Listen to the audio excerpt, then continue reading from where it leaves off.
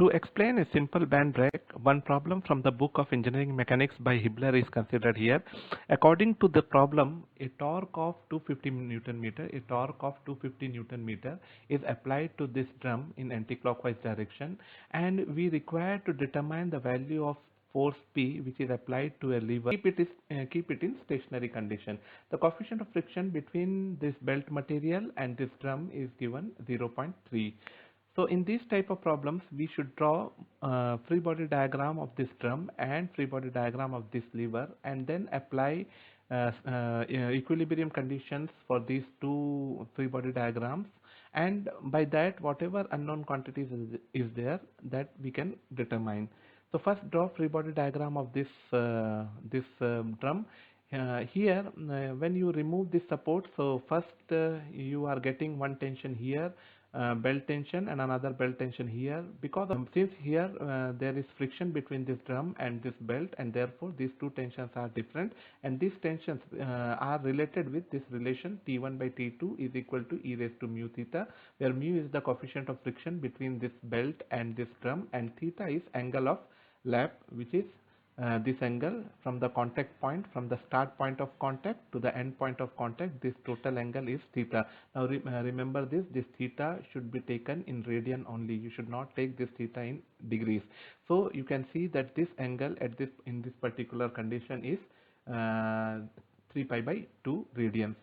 Which side of the belt is tight side and which side of the belt is slack side? Always remember the side which first come in contact with the drum during rotation. Since drum is rotating in anti-clockwise direction, so first it comes in contact with here, this part of the belt, so this will be tight side of the belt, and the point where it is leaving the belt, so you can see that at this point this belt and drums are leaving contact with each other. At that point you will get that slack side of the belt, that is lesser tension. So T1 will be higher tension and T2 is lower tension. When you put this value of theta and mu, you will mu and theta here, simplify this, you will get this relation. For equilibrium condition, moment of all the forces with respect to this particular point, any point you can take.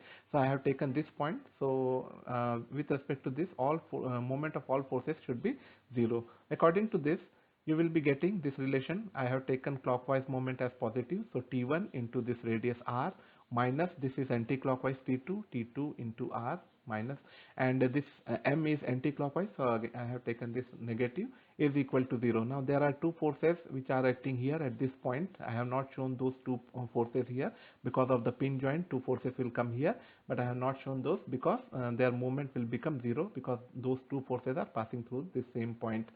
Now simplifying this, you will be getting m is equal to T1 minus T2 into r. Now put the value of T1 here from this equation. You put that value of T1 here, and the value of r is given 0.4 meter, 400 mm radius is given, so it is 0.4 meter. Value of m is 250 Newton meter, already given. When you simplify this, you will get this slack side tension T2 is equal to 201 Newton. Now draw free body diagram of this lever. Now draw free body diagram of this lever. Now same tension T2 you have to apply here, but in opposite direction. The same tension here T2, and at this side also you will get same tension T2 in opposite direction. You have taken in right side, so this will be left side. Similarly, here you have taken T1 downward direction, so here you should take T1 in upward direction. Now again you can take moment with us. Again two forces will come here because this joint is pin joint, so two and other forces will be there, but I have not taken because I will be going to take moment with respect to this point. So take this moment with respect to, so take moment with respect to point A and equate moment of all forces equal to 0. Now when you take moment of this force, so two forces, two reaction forces here because of pin joint, those will become 0 because their moment will be 0. Similarly, T1 is also passing through the same point, so its moment will also be 0. So only comes this T2 and P. So moment of T2 with respect to point A, clockwise direction.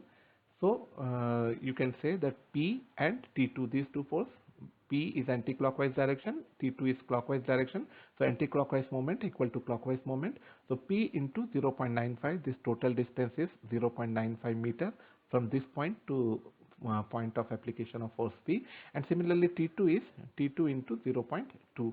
So by simplifying this, you can obtain value of P is equal to 42.31 Newton. So you can apply, when you apply 42.31 Newton, then by applying this torque 250 Newton meter, you cannot start this this wheel. Thank you for watching this video.